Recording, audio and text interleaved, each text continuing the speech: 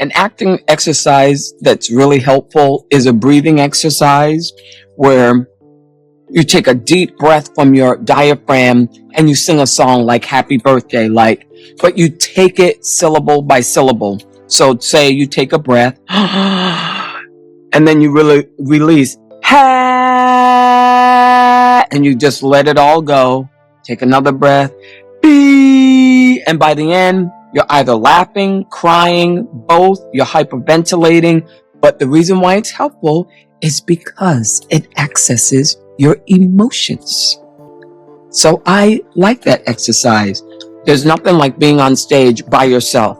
There's no one to sort of save you. There's no one to bounce off of except the audience. And I just thought I was badass back then. Nothing had broken me down yet. I thought I was really slick to just be this one actor, just performing all these characters, always got a standing ovation. I thought that was it. That's what makes a great teacher, life. And the more people recognize life on TV, the stage, and all the collaborators are involved in doing that, then you feel less alone as an audience member. And you do not forget the experience. It's tattooed in you. See, I disagree with the term, there are no small roles, only small actors. Even though I understand exactly where it's coming from, there are some small roles. The key is you always have to approach a character as if you're creating a human being. Who is she? What does she live for? What does she want based on what she needs in life? A need is always just a basic thing, like the need to love, the need to control, the need, to heal. When you do all of that, and here's the last thing you got to do. You got to take a risk. So whatever you're thinking in your mind, make a bold choice. Even if you think you're running in the wrong direction, make a choice so bold and so out there. And maybe it'll stick, or maybe you'll fail, which I've done a lot, but maybe it'll stick. I just feel like our whole journey in our life is becoming our ideal selves. We get stripped away as we go along the journey, where it's like, I've gotten to the point in my life, it's like I've been sold a bill of goods. That really at the end of the day, you come into this world, you are absolutely who you are. Then your parents come along and they try to imprint themselves on you, your friends, society. This is a school you have to go to. This is how pretty you have to look. This is what you have to wear.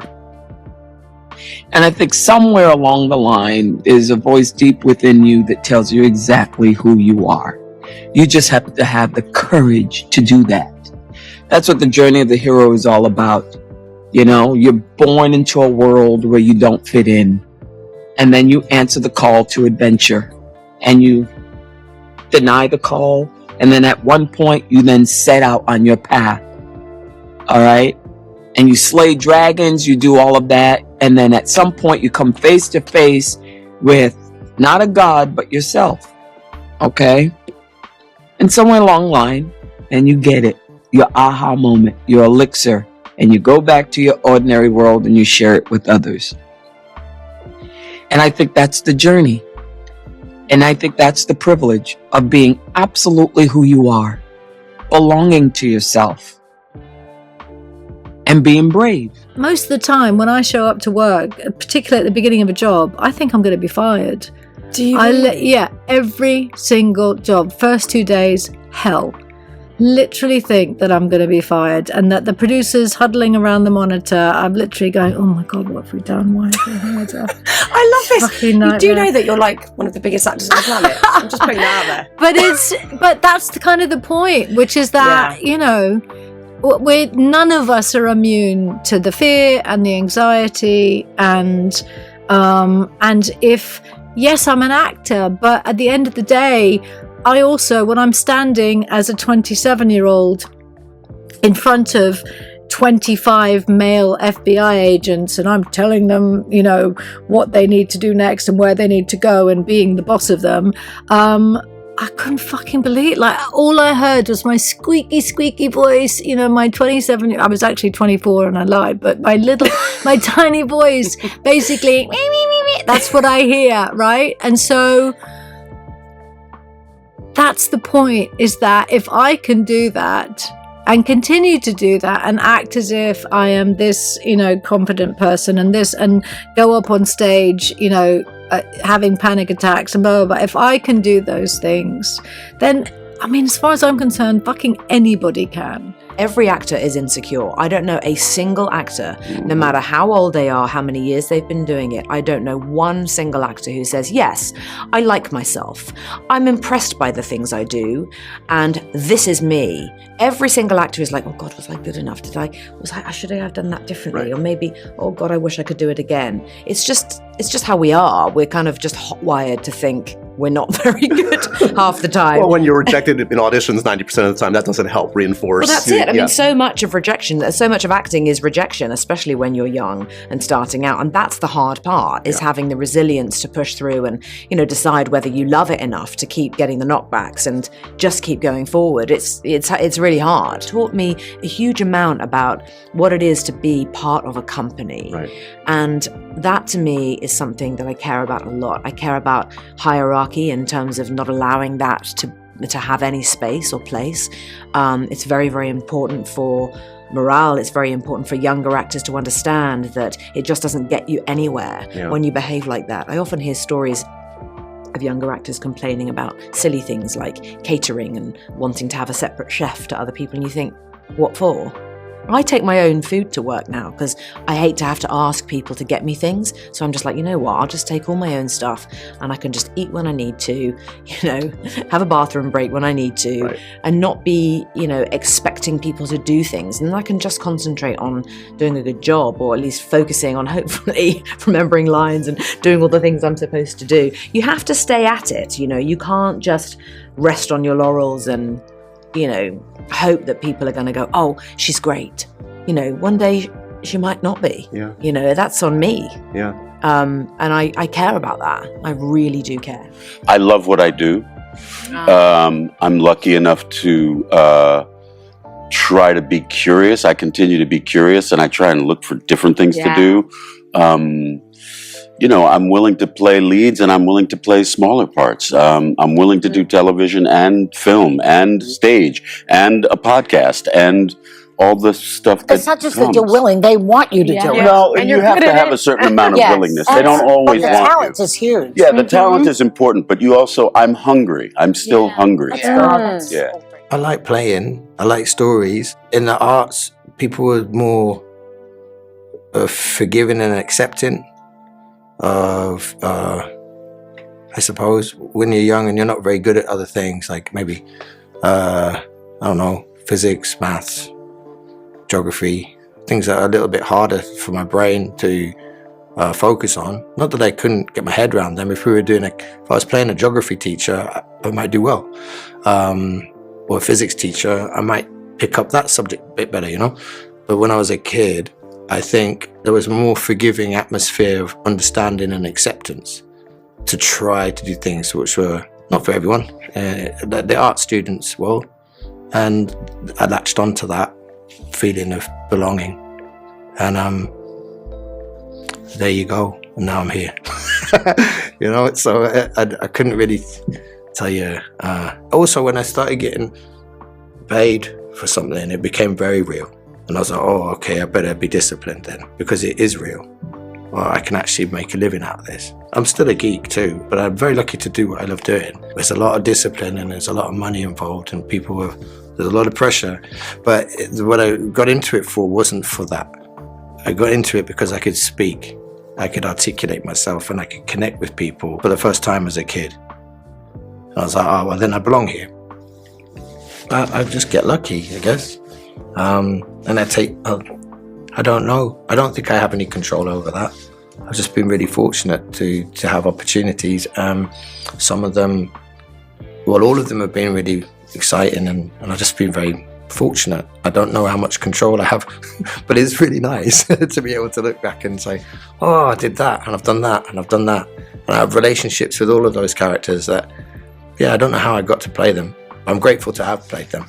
I think that was easier earlier on in my career, going, oh, this is a signpost, and this is a changer, and this has done this, and this has done that.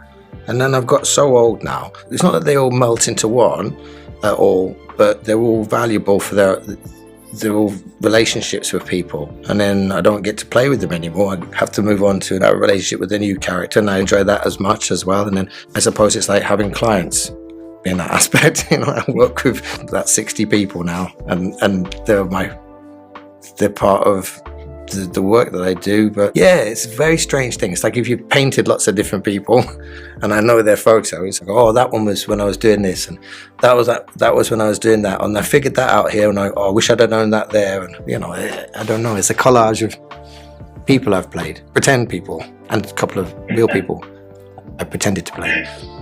I think the organism doesn't lie. I think the body doesn't lie.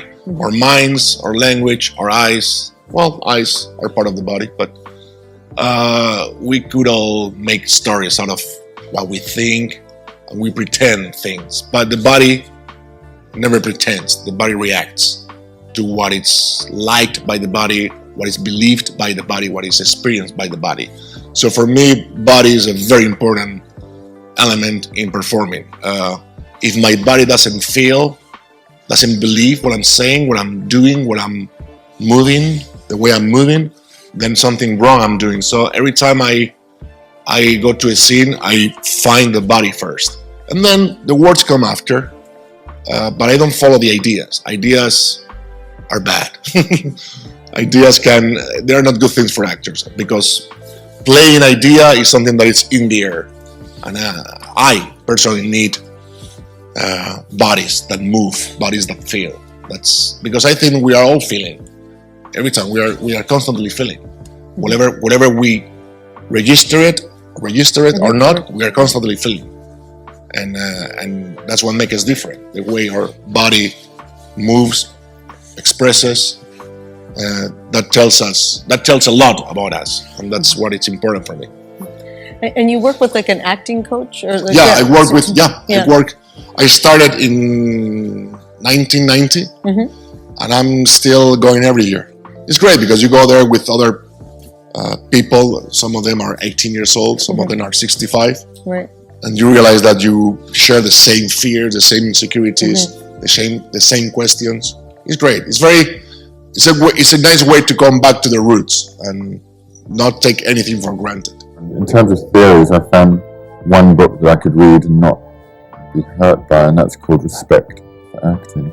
It's got to be communicated. I think that America has some of the most wonderful actors that you'll ever see on screen. But a lot of it's to do with what are your opportunities, and they have no subsidized theatre, and there's no proper training, and it's hard for repertory theatres. It's increasingly hard in England as funding is less and less. It's shifting sands. I've just finished doing a play in the West End, which is the first time I've been on stage for 4 years. And it's very much, I discovered, like finding yourself back in a gym, trying to get fit again. But that's only in the sense that you're using very different muscles, not because I think one is more difficult than the other. I actually think film is not any kind of soft option at all. I really enjoy it, and I think it's very difficult to get right. But you use different muscles. I'm never satisfied. I kind of always want to look for the next thing, the next challenge. I like challenging myself, kind of push the boundaries. And then I have a whole generation of other actors, other individuals, a whole culture that I want to continue to push and motivate, inspire, and lead by example. And if I can keep working with my my collaborators and friends and other like-minded individuals, I think that we can keep. My thing is about change, man, in a big way, and I think you have to like walk it before you talk it. And for me, I just want to wake up every day and try to be better, and I hope that inspires other people to be better too.